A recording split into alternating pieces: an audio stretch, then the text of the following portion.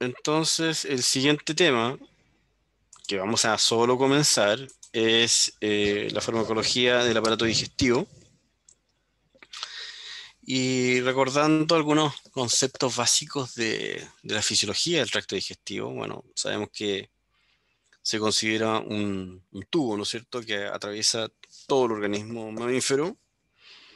También puede considerarse, sobre todo la parte del lumen gastrointestinal, como que está en el exterior del organismo, porque realmente nunca toma contacto con el interno. Y el propósito principal, bueno, absorción de nutrientes, agua y también electrolitos. Y estos pasan desde el medio ambiente externo, que insisto, sigue siendo el lumen gastrointestinal, también es medio externo, y va a hacer el primer paso una vez que ingresa en el tracto gastrointestinal para que los nutrientes principales como proteínas, carbohidratos complejos y grasas puedan transformarse en elementos aprovechables a nivel celular. Entonces, en términos muy sencillos, lo que tiene que hacer el tracto gastrointestinal es capturar, ¿no es cierto?, los alimentos y también procesarlos y hacerlos más pequeños, desde moléculas de más grande a más pequeña y una vez y hasta dónde, hasta que tengan un tamaño que puedan ser absorbidos y aprovechados a nivel celular. ¿Para qué? Para proveer energía, para proveer nutrientes específicos, como algunas vitaminas, ¿no es cierto? Y también poder generar los precursores en la síntesis de proteínas estructurales del propio organismo, ¿ya? Eh, ¿Cómo genera este cambio o esta disminución de tamaño de estas estructuras del tracto digestivo? En el tracto digestivo principalmente se debe a, bueno, en primera instancia a la masticación, ¿no es cierto? Que ya el triturar el alimento mediante la masticación va a ir disminuyendo el tamaño de, de las moléculas del alimento, pero finalmente el trabajo más fino se hace a nivel enzimático. Entonces, una de las cualidades más importantes del sistema digestivo, aparte de la absorción, es la capacidad secretora. ¿Ya? Es capaz de secretar enzimas específicas justamente para degradar proteínas, carbohidratos y lípidos. Y esas enzimas son potentes herramientas en ese sentido, pero mal reguladas o cuando hay alteración de la función, también pueden generar daño al propio organismo. Uno de los mejores ejemplos es la pancreatitis, ¿no es cierto? Cuando se altera la correcta liberación del contenido del ácido pancreático, en vez de proyectarse al lumen gastrointestinal, se libera al propio tejido pancreático y los tejidos vecinos, que principalmente es el intestino, ¿no es cierto?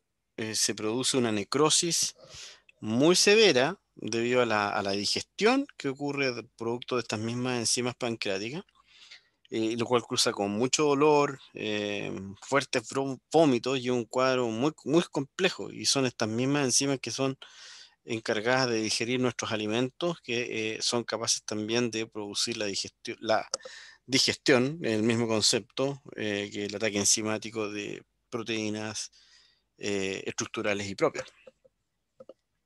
Entonces, el organismo debe protegerse de estas mismas proteínas y de estas mismas enzimas para que no se autodigiera.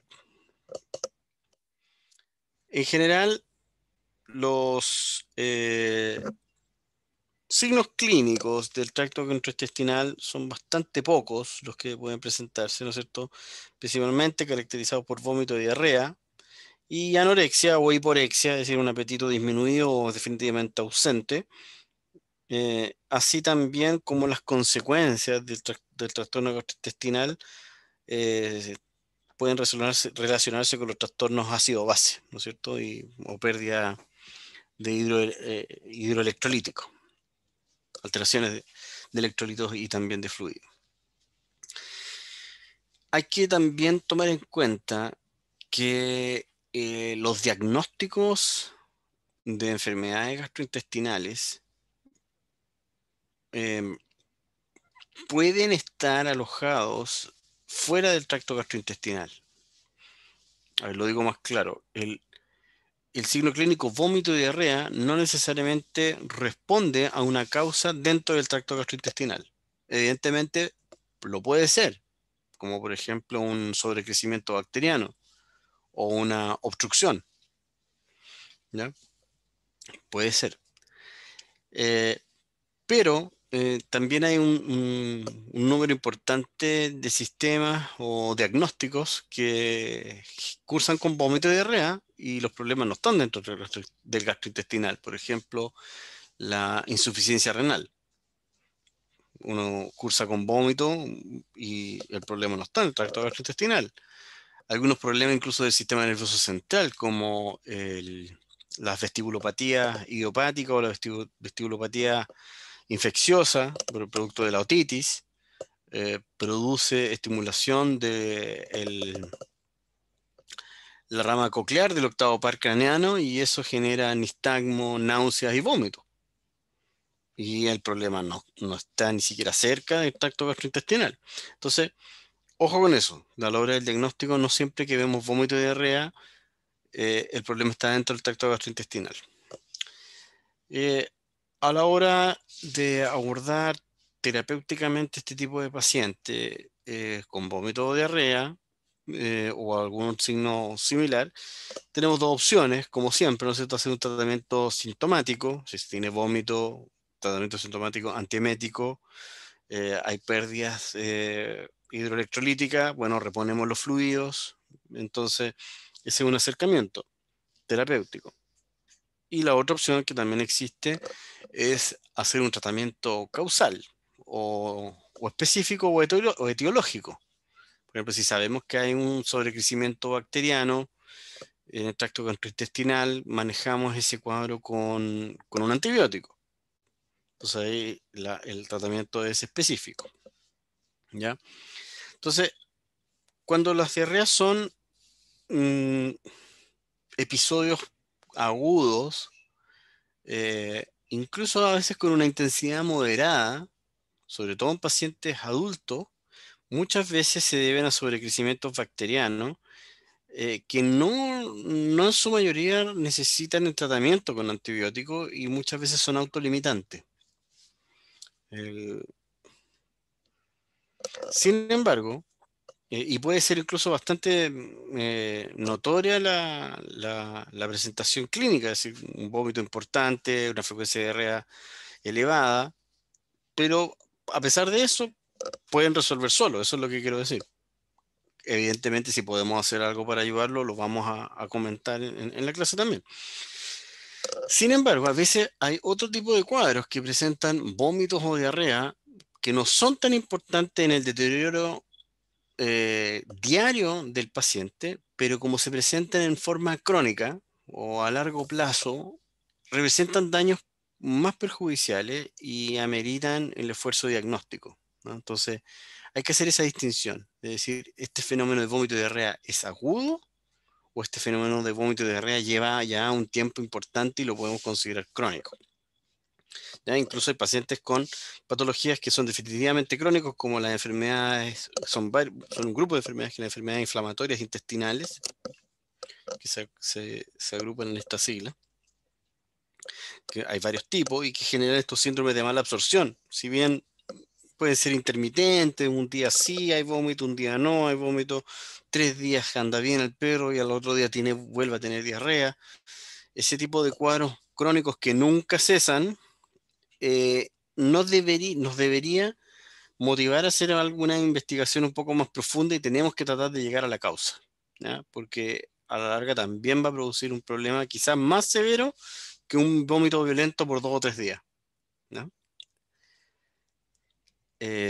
Incluso este signo clínico vómito a veces es simulado por perros. Está descrito que dentro de los condicionamientos operantes, que son un tipo de patologías de simulación que está descrito en perros, simulan cojeras, como simulan incluso ataques convulsivos, y también simulan vómitos, ¿no?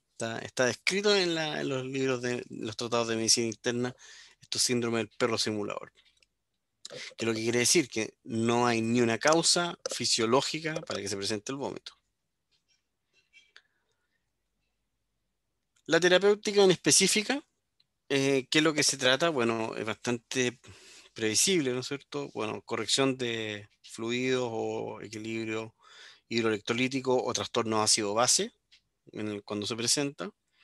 También se recomienda hacer reposo del tracto gastrointestinal. Se sabe que con 24 48 horas de reposo gastrointestinal muchas veces es suficiente para corregir un sobrecrecimiento bacteriano. Modificación dietética. Esto es todo un tema porque, bueno, ¿qué le ofrecemos al perro? Muchas veces se comete el error conceptual de la idea de la dieta blanda, ¿ya? No tiene ni un sentido el hecho que sea blanda, ¿ya? Lo que uno tiene que modificar es la composición de la dieta y uno tiene que entregar una dieta en un paciente de este tipo, con vómito de diarrea, una dieta baja en residuos, ¿ya? Yo me acuerdo que tenía un profesor que se reía de nosotros cuando decíamos dieta blanda porque, bueno, démosle un pebre, po. El pebre es blando. Chancho en piedra, démosle al perro con diarrea. También es blando. Entonces, el concepto, insisto, no tiene que ver con la consistencia. Es una mala traducción del inglés blend, que es una mezcla. Muchas veces se piensa que es blando y no tiene que ver con la consistencia, sino que tiene que ver con la composición, bajo en residuo, y además lo que se recomienda también es modificar el patrón alimentario. ¿De qué manera lo modificamos? La rutina alimentaria o conducta trófica normal de un perro es comer 1 a 2 veces al día en un perro adulto. Entonces, un perro que está con vómito y diarrea y hemos hecho esta modificación de composición de la dieta, además se recomienda que nosotros entreguemos pequeñas fracciones de la ración, pero varias veces al día, ¿ya? En vez de entregarla una sola vez al día o 2 veces al día, como sería la alimentación normal, esta dieta modificada en el periodo, en el proceso durante la enfermedad gastrointestinal, se recomienda que se entregue de esa manera. Otras modificaciones dietéticas, por ejemplo, son en algunas anormalidades congénitas como la persistencia del cuarto arco aórtico. Lo que se recomienda es que la dieta sea líquida o incluso cómo se lo ofrecemos, que se ofrece en altura, cosa que el perro tenga que comer con el cuello estirado hacia arriba y no hacia abajo porque eso facilita la regurgitación. No sé si se entiende esa idea, cómo no hacerlo. Después, bueno, se recomienda durante estos procesos evitar la lactosa, evitar la fibra insoluble, evitar el gluten, porque sabemos que son elementos inflamatorios conocidísimos. ¿Ya? Y el apoyo nutricional, es decir, que tenemos que no solamente modificar la dieta o valorar esta composición diferencial, sino que también tenemos que prestar atención a corregir y aportar las kilocalorías necesarias para que un perro se mejore, ¿ah? Y ahí también hay todo un desafío, porque sabemos que durante los trastornos gastrointestinales, sobre todo los agudos, los pacientes cursan con anorexia. Entonces, tenemos que darle muy pequeñas dosis, varias veces al día, pero esas pequeñas dosis tienen que ser suficientes para eh, solventar los requerimientos energéticos, ¿ya? No solamente tiene que generar ese cambio en la forma y el cómo, sino que también tiene que llegar a cierto nivel de eh, aporte nutricional, ¿ya? Yo creo que hasta aquí es prudente dejarlo porque esa es como la introducción y de aquí en adelante nos podemos eh, continuar la próxima semana. Me parece que para no excedernos, porque dijeron 9:30, ¿no es cierto? Sí, Sí, profe. Entonces, yo creo que eso es lo que vamos a hacer, ¿ya? Vamos bien, como les decía, no,